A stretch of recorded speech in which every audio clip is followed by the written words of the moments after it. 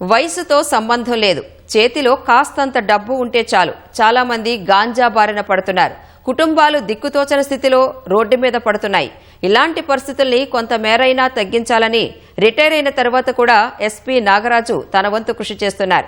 గంజాయిపై జనగర్జన పేరుతో చైతన్య కార్యక్రమాలను నిర్వహిస్తున్నారు.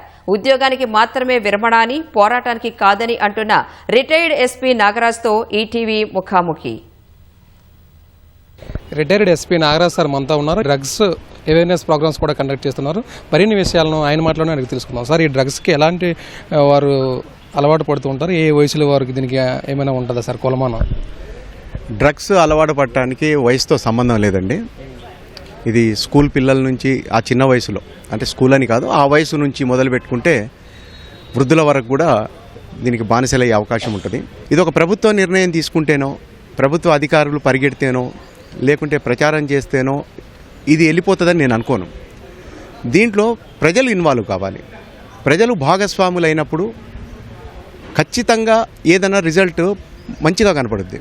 ఇవాళ మనం ఏది మాట్లాడుకున్నా కూడా గబక్కన పైన చూసి మాట్లాడకూడదు. మనం కొద్దిగా దాన్ని వెనక్కి వెళ్తే మనకు ఒక కుటుంబం కనపడుతుంది.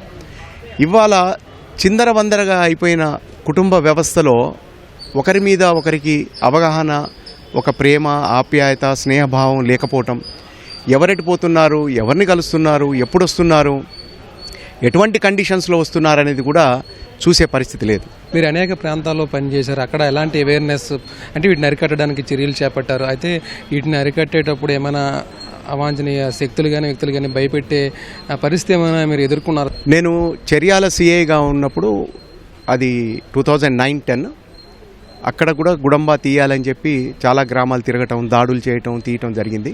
నేను కొద్ది కాలానికే అక్కడ నుంచి డిఎస్పీగా ప్రమోషన్ వచ్చి ట్రాన్స్ఫర్ మీద రావటం జరిగింది. అప్పుడుండే నాయకత్వం కానీ విద్యార్థులు కానీ అందరూ తెలంగాణ యాజిటేషన్ మీద కాన్సన్ట్రేషన్ అయినప్పుడు నేను పూర్తి స్థాయిలో ఆ గుడంబా తీయటం దాంట్లో నేను సక్సెస్ కాలేకపోయినా. కానీ మహబాద్ డిఎస్పీగా వచ్చినప్పుడు మాత్రము అప్పుడుండే వాతావరణానికి, పరిస్థితులకు ప్రభుత్వం కూడా ఒక నిర్ణయం తీసుకున్నందున ప్రతి ఒక్కళ్ళు కూడా భాగస్వాములు కాగలిగినారు. అందరినీ చైతన్యపరిచడం, అందరిని ఇన్వాల్వ్ చేసినాం. భయపెట్టడం, బెదిరియటం వంటివి ఎక్కడా జరగలేదు. చదువుకున్న వాళ్ళు వీటికి బానిస అవుతారు, లేకపోతే నిరక్షరాస్యులు అయ్యే అవకాశం ఉంటుందా? మీరు దీనిపైన స్పష్టం. అట్లేం లేదు సార్. ఈ మాదక ద్రవ్యాల బానిసత్వానికి, చదువు రానితనానికి సంబంధం ఏం లేదు. అది కొనుగోలు చేసేంత శక్తి ఎక్కువగా ఉందనుకోండి, ఖరీదైంది కొంటాడు. అంత శక్తి లేదనుకోండి, చిన్నది కొంటాడు. ఇప్పుడు మనం గాంజా గురించి మాట్లాడుకున్నాం. గాంజా ప్రతి పంట పొలాల్లో వేసేసుకొని పండించేసుకుంటారు. ప్రతి గ్రామంలోనే దొరుకుద్ది. అది ఈజీ కదా, అది చౌకగా దొరుకుద్ది. దానికి చదువుకునేవాడు అక్కడ దాకా రావాల్సిన పని లేదు. ఇక్కడ హైదరాబాద్లో కూడా దాన్ని సప్లై అయ్యింది. ఇప్పుడు గాంజాని నేను తీయాలి అనుకుంటే నేను ఖచ్చితంగా ప్రజల్ని దాంట్లో భాగస్వాములు చేయాలి. ప్రజలు భాగస్వాములు కాలేదనుకోండి, గాంజా కాదు, చైనా మాంజా కూడా పోదు మన స్టేట్ నుంచి. మనం అందరం సమాజంలో ఉంటాం, కుటుంబ వ్యవస్థలో ఉంటాం. వీళ్ళందరినీ మనం మోటివేట్ చేసి ఇన్వాల్వ్ చేస్తేనే ఖచ్చితంగా మనకు సక్సెస్ వస్తుంది. విశ్రాంతి అనే పదం మెదడులో వచ్చింది అంటే వాళ్ళు నిజంగా వృద్ధులైపోయినట్టే, ఇక దారిలో ఉన్నట్టే. మేము పని చేస్తూనే ఉంటాం, పని చేయాలనుకుంటాం.